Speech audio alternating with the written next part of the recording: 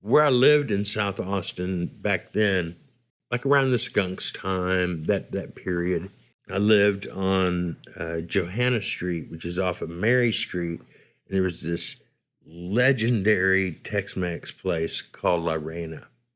And it's where everybody went to have breakfast on Sunday morning.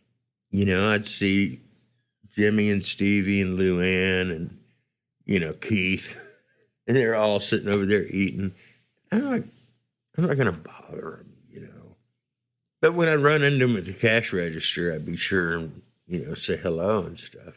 The scene was so much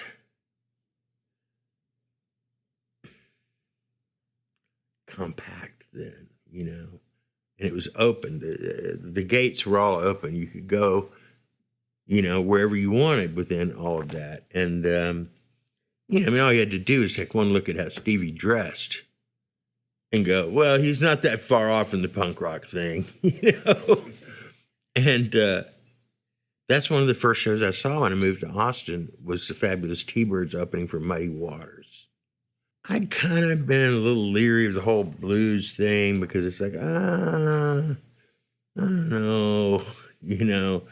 And then I saw those guys, and it was, I don't know what to call it, but it showed me the punk rock aspects in blues. And these guys were like, they were living it. You know, no doubt about it. They were living it.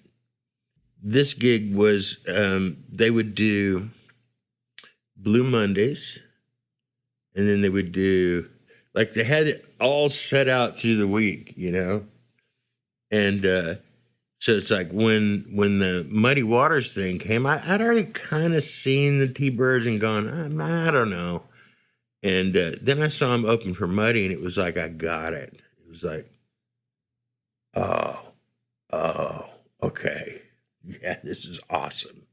This is awesome. And in fact, the old Antone's was just picnic tables in a basement, right? And there was only one seat left. Billy Gibbons sat at my table.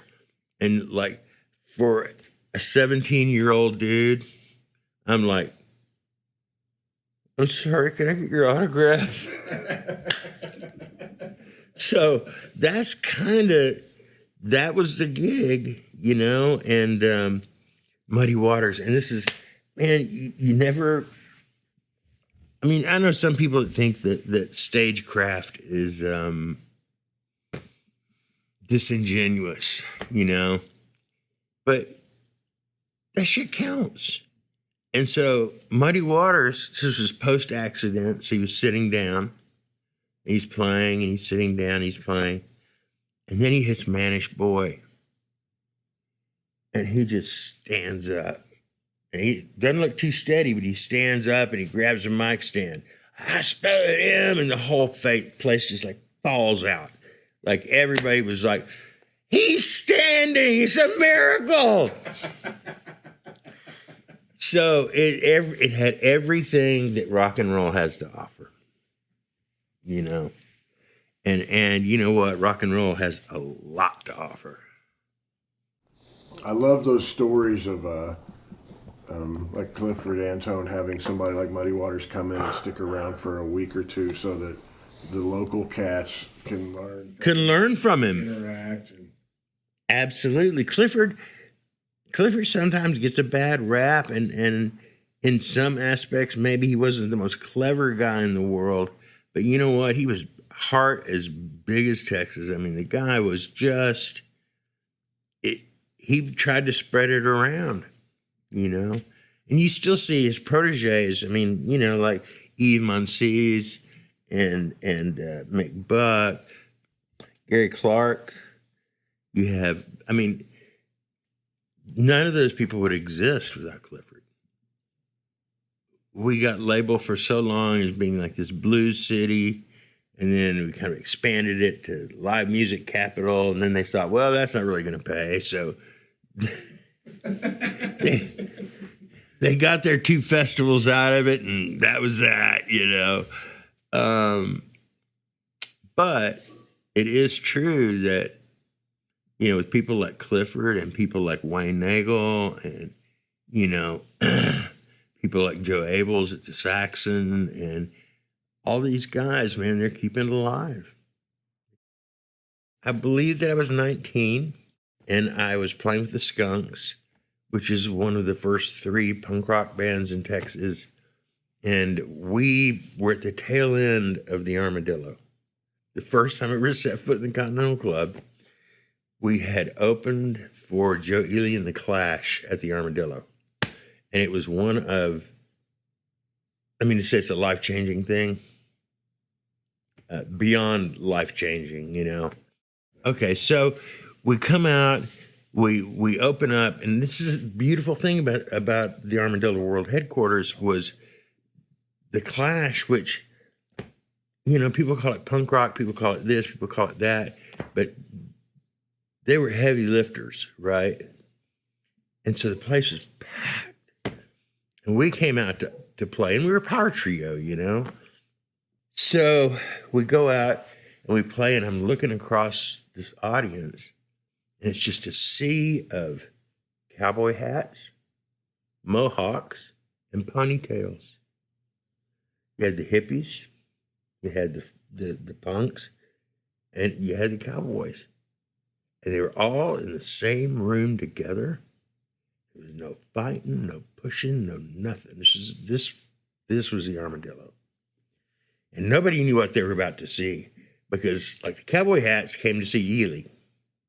Punk rockers came to see the Clash. The hippies just came to see what the hell's going on here. And so they came out. Like, we had a good show. And then Ely, of course, that was with the Maines brothers in the band and Jesse, Jesse Guitar Taylor. Unbelievable. Just like through the roof, and so then they left stage. And so I got up in the wings and I see them coming down the hallway, and they've got guys on either side of them so nobody can talk to them, right? And they get out on stage. Stage is completely dark.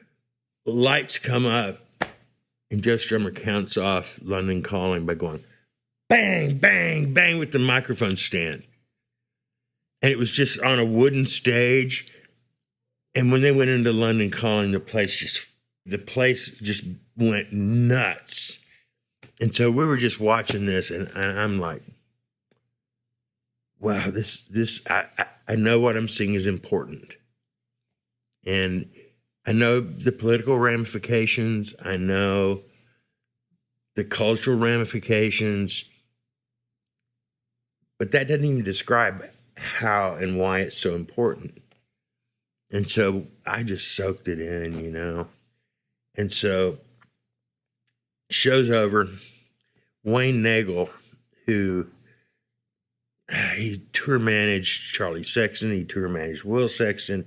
Right now, he's the tour manager for the offshoot of Creedence Clearwater that does not include John. Revisited.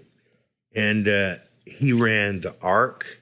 He was also back then part owner of the Continental Club. And he'd been trying to get us to play there. But the other members of the club were like, we don't want any of this punk rock stuff. Why do we need that? So Wayne said, ride with me, we're going to the Continental. We went over.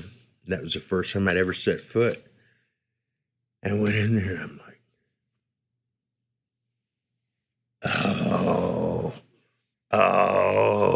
okay, I get it. And by then it was closer to the people who owned the Continental Club. Roger One Night, who had done One Night Downtown, which was this big blues club. Wayne Nagel, Roddy, this guy named Summer Dog, who was badass. Anyway, they basically got us, and they're like, okay, anybody that needs to leave now. We're like, wait, what? People went out the door, and crossbar came down on the door, and they're like, we're here till sun up. And so we were like jamming. I got to jam on Not Fade Away with Joey Lee and Joe Strummer. I Fought the Law. I got to play I Fought the Law with Mick Jones. It was like, it was surreal, you know? Were you already a fan of the Clash? Were you hip to them? Oh, yeah. I mean, yes, absolutely. But there's something different about being a fan of the Clash and hanging out with them, because all of a sudden they're real. They're not, it's not a fan thing. It's like, I mean, Joe Strummer was a really, really sweet guy, and also really, really smart. I mean, we all, at various points, as you can imagine, it's a Continental Club in 1979. We talked a lot. It just went on and on and on and on. And then finally the sun came up and they threw back the crossbar. Did I mention I was still in college? I was in Plan 2, which is an honors program at UT. Very demanding and very, my brother went through it, so I had to go through it, but not for me. And I had a class that day. And so I left the Continental Club and I went and I got all my books, I got all my stuff, and I'm like walking down, and I walk into one of those big amphitheater classrooms, you know, the theater classrooms.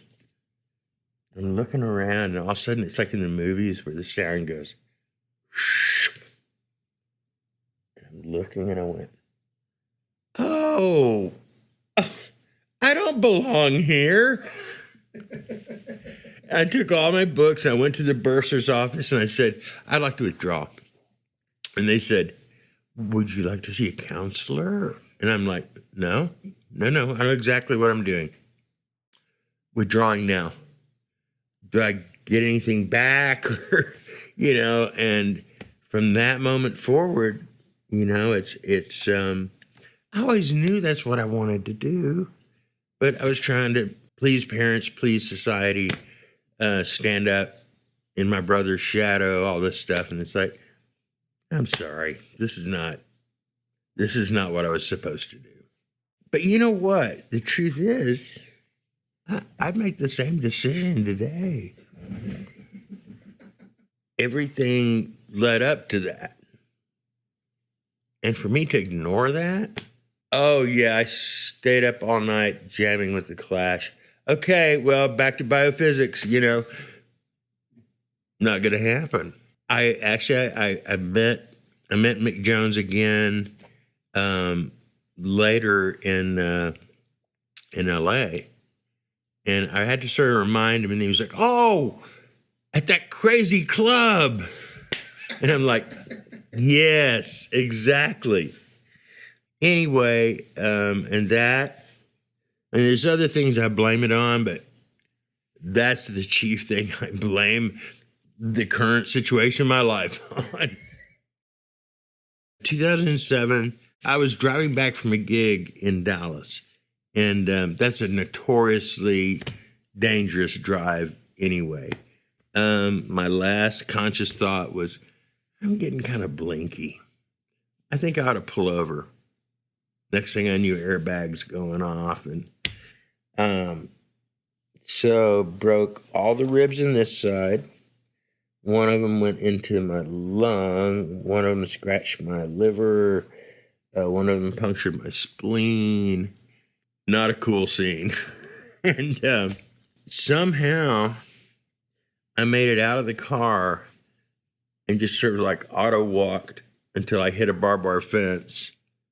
And then I just stopped on the barbed wire fence. And all of a sudden I feel like this tap on my shoulder. I turn around, and it's this little short trooper named Trooper Daniels, and it's state trooper, and he goes, I think you need to sit down. And I said, it's not as bad as it looks.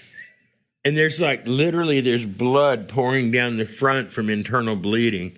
And he goes, I have to tell you, sir, it looks pretty bad. He said, just sit down right there. And I said, I have to get my guitar out of my car. I have to get my guitar because if anything happens, I got to get my guitar. And he goes, we have a lot more important things to deal with than your guitar. And I went, no, we don't. And he looked at me and he went, sit your ass down. Don't move. And he went in and he crawled in through the back hatch and he got my guitar and he brought it out. And so anytime anybody goes, pigs, or, oh, look, it's the state troopers. State Trooper Daniels is the reason why I got my guitar still. That's the bourgeois, the acoustic bourgeois that I have. Toxicology shows, completely sober and not on drugs. Yet still catastrophic car accident. So I'm climbing this ladder, putting up Christmas lights, and I think there's one right over there that I can just reach. And nope, off the ladder and landed on this side on the railing of the porch. So whatever ribs I didn't break on this side, now I broke on this side. And at this point, people are kind of like, come on. So then things went along fairly uneventful for a while. I was playing Fitzgerald's, which, I have that Midwestern thing that I do every year, like twice a year. That's the nation's breadbasket is also my breadbasket. And so I was playing at Fitzgerald's on that 4th of July thing, the American music thing they do. And we played for like almost 2 hours straight, just like slamming. And I probably was not hydrated the best I could be and all that. And I'm really overheated. I need to go sit in the van with the air conditioning on. So I went out to the van, turned the air conditioner on. Next thing I knew, I was at, Sisters of Mercy Hospital in Chicago. And because it was 4th of July, cops were sort of patrolling the parking lots and stuff. And they were like, yeah, you were just like slumped over the wheel. And when we pulled you out, we couldn't get a pulse. And so we started chest compressions, which broke 2 more ribs.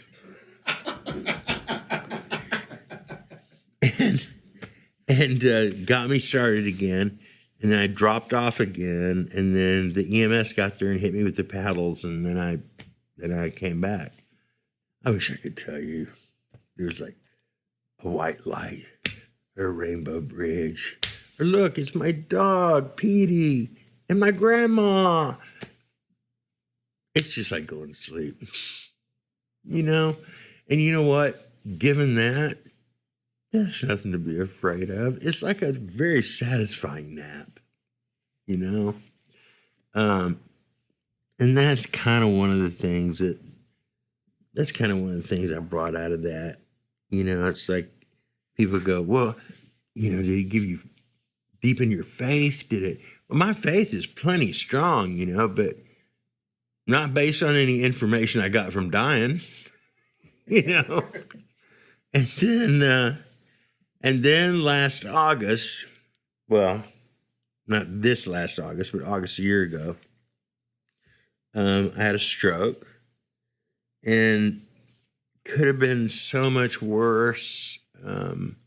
My right side is weak, a little bit numb, but fortunately, all the stuff happens over here. So it was so bizarre. It was literally like somebody just cut the strings. I was feeding the birds.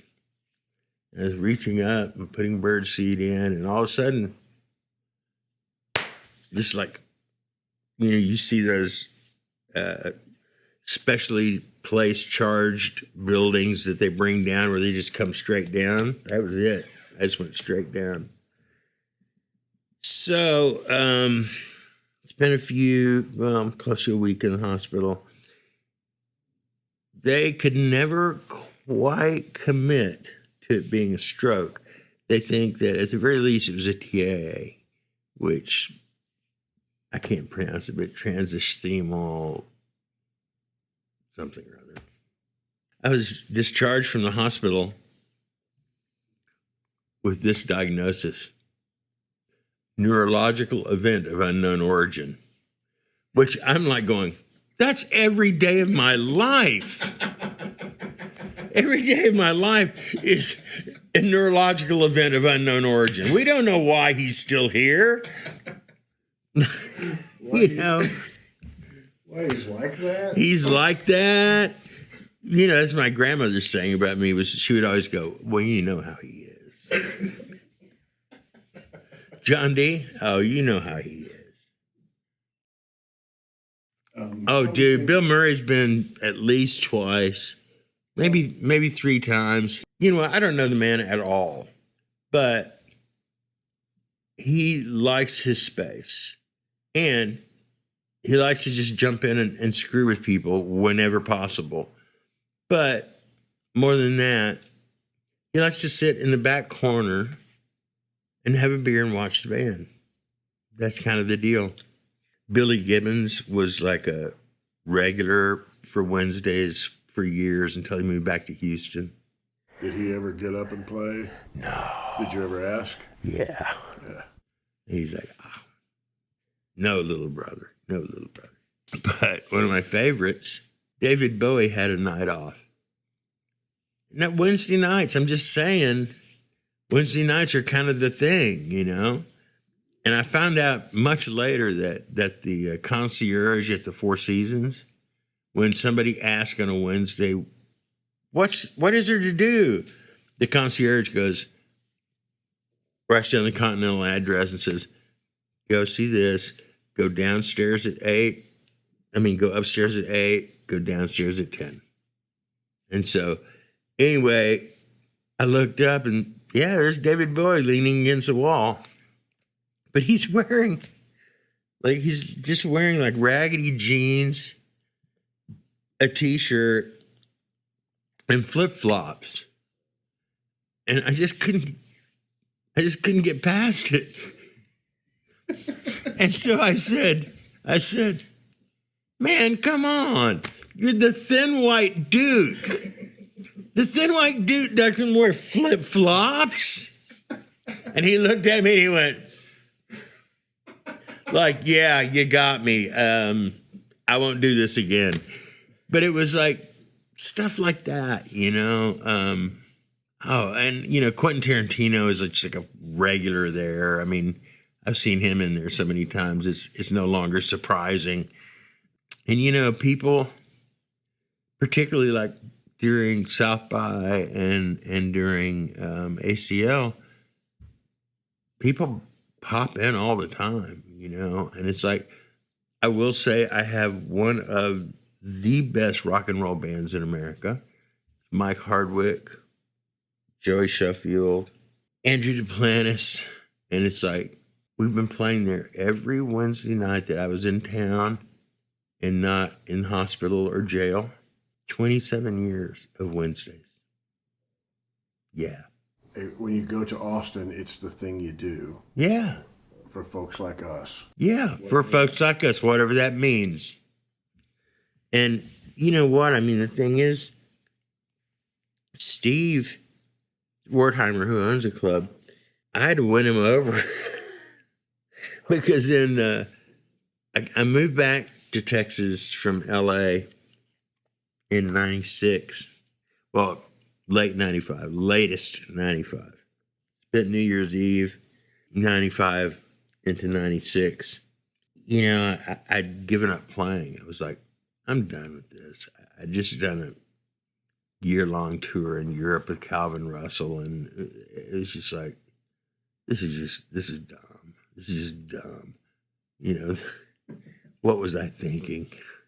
I had my firstborn with me, and I had him for close to 6 months. I'm like, okay, well, my thing is I got to take care of him. So hanging up the gloves, hanging up the guns, you know. And I started framing houses, and I'm a terrible carpenter. I feel like I should go around and apologize to all these people that I worked on their houses. I ran into Mike Hardwick, who's the only one who's been with me for all 27 of those years. He was grocery shopping at H-E-B at like 1 a.m, which is what I was doing. And he said, hey, are you back in town? I'm like, yeah. And he's like, listen, I'm doing this vanity recording session, and we could really use another guitar player. And, you know, I'd love to have you come do this. And I'm like, Oh, hung up my guns. I'm done. He goes, that's a shame because it's paying $300 a day. And I went, what time? And so he and I started working on that record, and he would say, well, what are you working on? Like, what songs do you have?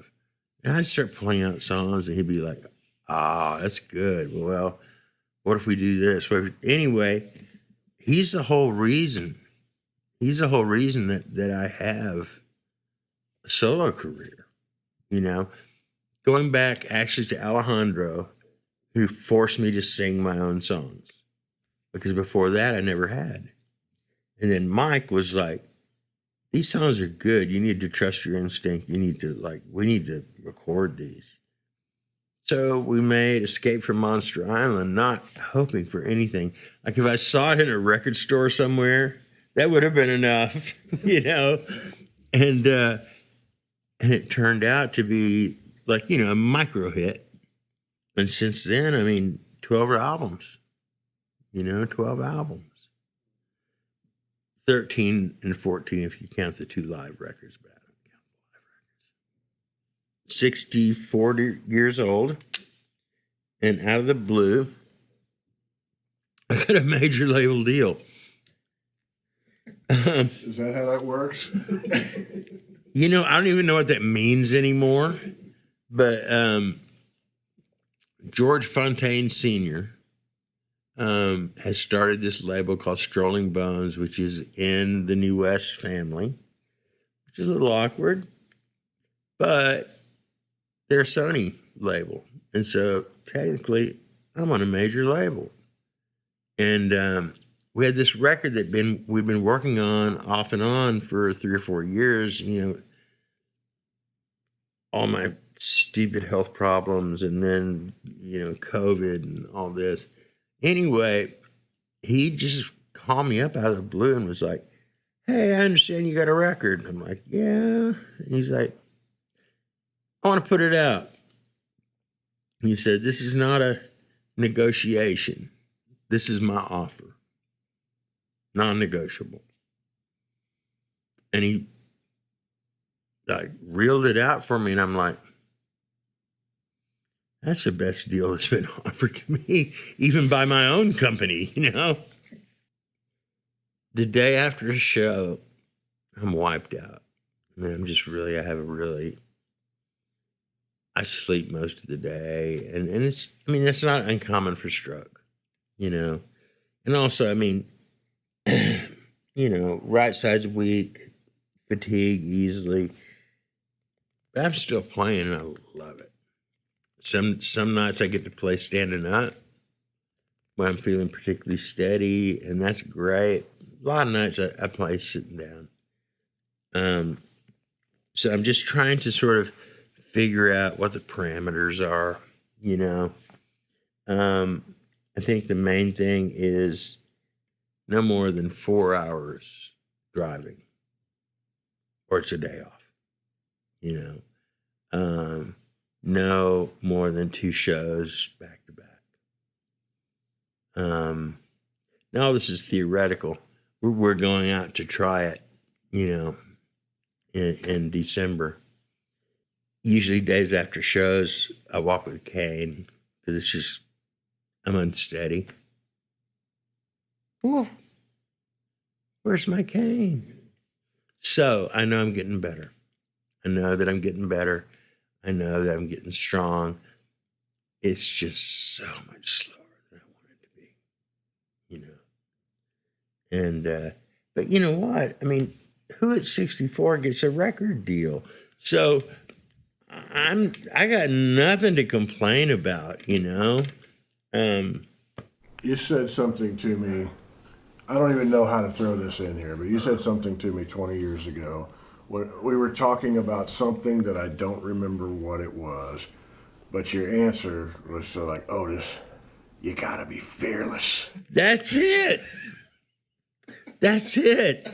I'm sorry, but you know what? It doesn't matter what we were talking about. It's still true. It's still true. If there's an enemy, what is it but fear? And you know what? Fear, I'll look straight in the camera. Fear is not an enemy. Fear is the enemy. Period. You know? And it's like for every time that I have gone, shit, I'm scared to death of this. I don't know what I'm going to do. And then I just stand up on my hind legs and walk right into it. Not once has it gone wrong. Not once. So I think my friend Kathy McCarty, the great genius from Glass Eye, her whole thing is that we're here on this planet to learn courage. And then once we master that here, I guess we go somewhere else, learn crocheting or something. I don't know. But here, it's about learning fearlessness.